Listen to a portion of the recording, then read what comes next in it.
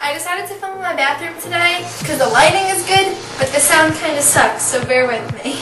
Today I'm going to be doing book tag. I don't really know how to describe it. It's basically just a list of different categories and their opposites, and you have to fit a book into each one. So I'm going to get started. First book in my collection is Cupid Doesn't Flip Hamburgers by Debbie Daddy. I feel like it's hard to pinpoint the first book you've read, but this is definitely the one that got me into reading as much as I love reading today. There's like 70 in this series, and they're all like 70 pages each, and I'm pretty sure I've read every single one, but I'm pretty sure this is the one that I originally read first, and the first one that I bought at my Scholastic Book Fair when I was in like 2nd grade. So this is the first one in my collection. So for the last book I bought, I was going to do Panic by Lauren Oliver, but I went to class and I came home and this beauty was laying on my doorstep, so technically this is the last book I bought. Shatter Me by Terehe Mafi. I think I pronounced that right. The cover is so beautiful. I'm like pretty against paperback, but the hardcover version doesn't look like this and it was really ugly, and the rest of the series has the eyes on it. So I just had to buy the paperback because its cover is just gorgeous. Did I mention I spent $100 on books this week? It's ridiculous. Over $100 on pieces of paper with words on them. Alright, for a cheap book, I picked Nobody Has to Know by Frank Nappy. I got this for Christmas one year, so it was a gift, and this is the only one that I can think really that was a gift. It cost me $0, so I'm counting it as my cheapest. I even have the author's signature. How cool is that? Actually, this is a book that my English teacher from last year wrote, and it was amazing. He's an amazing author, and everyone should definitely buy it because it was freaking amazing. For the most expensive book I picked The Invention of Hugo Cabret by Brian Selznick. I don't remember buying it, but it says on the cover that it is $25, and that's probably the most expensive book I have. It's a pretty meaty book, so it's gotta be expensive. For a book with a male protagonist, I picked Beautiful Creatures by Cami Garcia and Margaret Stoll. I'm terrible with authors' names. I picked this one for the male protagonist one, even though I have a couple, because when I first picked up this book, I really figured it was going to be from the point of view of a girl. So I was really surprised to know that this whole series is told from the point of view of a boy. So that's why I picked this one. A book with a female protagonist, I picked The Program by Suzanne Young. I'm obsessed with this book. It was so good. I finished it yesterday, I think it was. Yeah, I finished it yesterday, and then the sequel is coming out in like a couple weeks, and I'm about to pre-order it. I'm so excited. If they had a movie, they'd have to pick these people on the back because they're such perfect physical representations of the character. That's Sloan, and that's her boyfriend James. For a book you read quickly, I picked Catching Fire by Suzanne Collins, not Suzanne Young. In December, I decided that I wanted to read 11 books by Christmas. I ended up reading 11 books in 20 days because I started December 24th, but I started with the Hunger Games series, and Catching Fire, pretty much I finished it in a day. It really only takes me like 2 to 3 days to finish a book, so I guess it's not that impressive.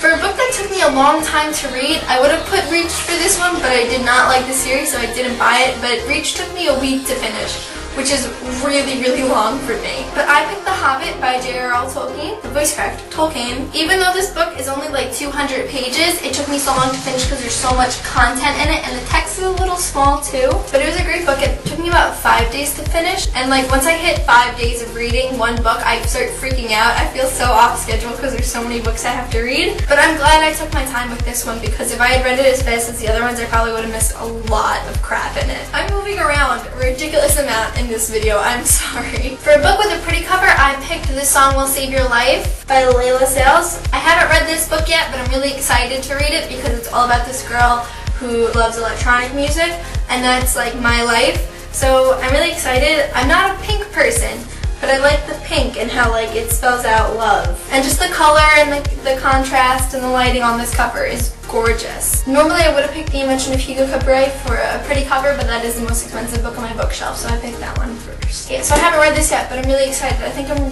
finishing The Maze Runner, and then I'm starting Panic, and then I'm reading this one, so I'm really excited to read it. For a book with an ugly cover, I picked Neverwhere by Neil Gaiman. I haven't read this one either. When I first was looking at this book, I liked the cover. The more I look at it, the more it's just not my thing. Like, the shiny bit in the middle confuses me, and I don't know. It looks very like painted and gritty and not well done.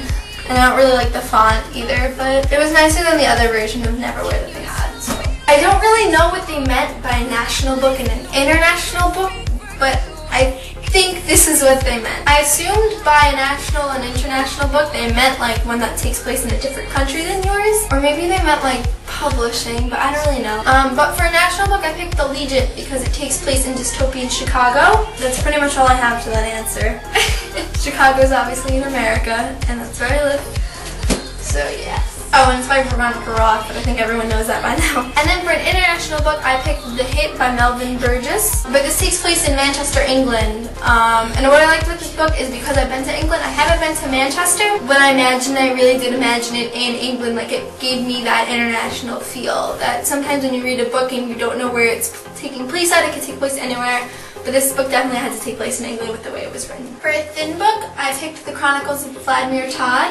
Who was by Heather Brewer. If you had watched my Book Tower Challenge video, I think that's what it was called, I picked this for the thinnest book because that was one of the choices we had to do. But this is such a tiny book. I mean, there's only how many pages? 182. So I think this has the least amount of pages on my bookshelf. And it's paperback, so it's always going to be thin and flimsy. I'm really embarrassed that I have to show you guys this, but for the thickest book, I picked Harry Potter and the Order of the Phoenix by J.K. Rowling. It got destroyed. I don't know what happened. I'm pretty sure my bunny ate it. I think that's what happened, and that's why it's all like that. The back is just as bad, and the spine. It's in really bad shape. I really need new Harry Potter books because a lot of them are like this. So this is definitely the thickest book on my shelf, and I think if it was in hardcover, it would be even bigger.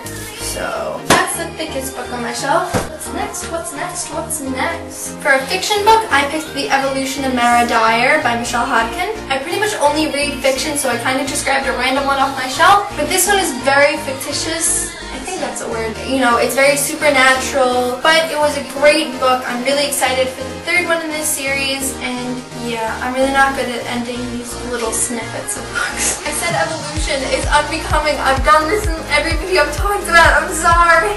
And I don't read nonfiction. I've probably read 4 nonfiction books in my life, and I've read a lot of books. So I actually had to go into my basement and look in my closet. We have like a whole bookshelf closet thing in my basement. And I found this one that I read a long time ago, Soul Surfer by Bethany Hamilton. So this is really the only nonfiction book that I can find that I've actually read. Romance novel, The Fault in Our Stars by John Green. This is like one of the most gooey love stories that I've ever read that is a young adult novel. But it was great. It was a beautiful love story, and I loved it. Everyone knows about The Fault in Our Stars, so I can't really tell you anything about it that you haven't already heard. It was great. It was very romantic, and I loved it. And I don't have many non-romance novels. I mean, in every book there's kind of a little bit of romance, but Never Fade by Alexandra Raction is very action-y, and that was this one that I had to pick. My hat just fucking fell off. I have no idea where I left off talking about this book.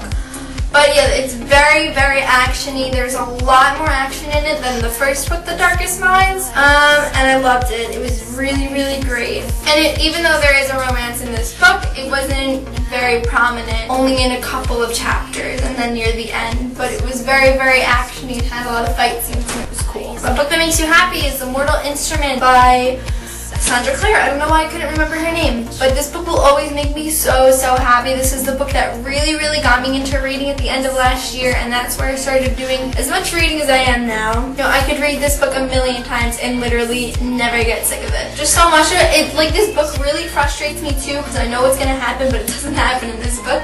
But this book is such a feel-good book for me. It'll make me feel good anytime I'm upset. Anything in the Mortal Instrument series will do that for me.